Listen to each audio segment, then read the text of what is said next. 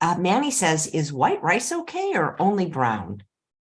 Well, we serve white rice on our adventure trips.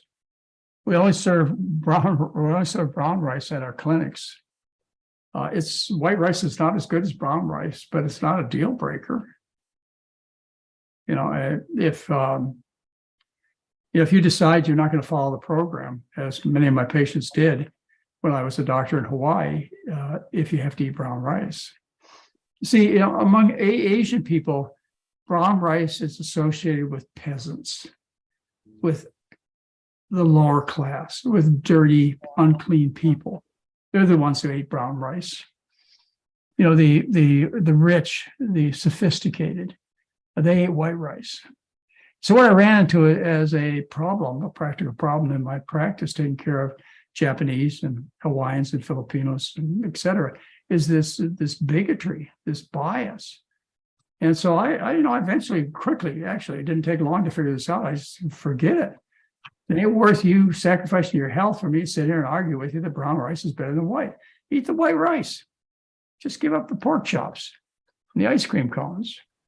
So, there are 2 billion Asians. 2 billion Asians. Not one of them was overweight before 1980. None of them had diabetes before 1980. And 90% of their diet was white rice. Let's be practical. Let's strike where it makes a difference. But yeah, we no question about it. Brown rice is better than white. But white rice tastes better. I love white rice. For some people it does. I really like my brown rice, but for some people it doesn't. If it does, and that's a deal breaker, something you're not willing to change, because like with my Filipino and Japanese and Chinese patients, they're not going to be associated with lower class people who ate the brown rice. That was it. Done. End of story. So, Dr. McDougall, I was going to let you go, but you've got to answer this question. It'll be a great place to end, from Jan. Any advice on treating ED? Yeah, first of all, have a loving partner. That helps a lot, and open your discussions up. And, there's some types of sexual stimulation that are good for relationships, and I'm not going to go into those kind of details. As far as ED goes, men develop ED as a result of eating the Western diet, which closes off the arteries to the penis. The way the penis gets hard is there's an artery going into the penis, which fills up some spongy material, and you become erect. And the veins that drain the penis, they are shut down during an erection.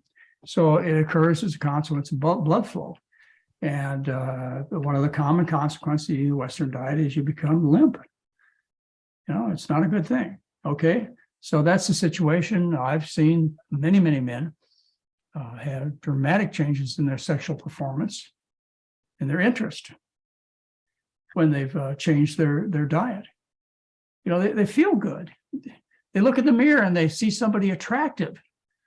If they get off their pills, blood pressure pills, 40% of the people taking blood pressure pills can't get a hard on.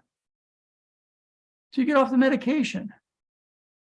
And then, last resort, and one that I say with some enthusiasm, because it works, is to take Viagra. This is not a perfect world, but you got to weigh the benefits and risks, and Viagra works.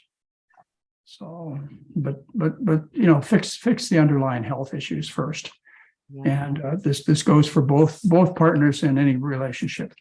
You need to look good to each other. You need to smell good to each other. You need to be stimulating. And I want to tell you, as an ending note, I don't know how to say this, but all my parts work, and Mary's happy about it. Good time to end.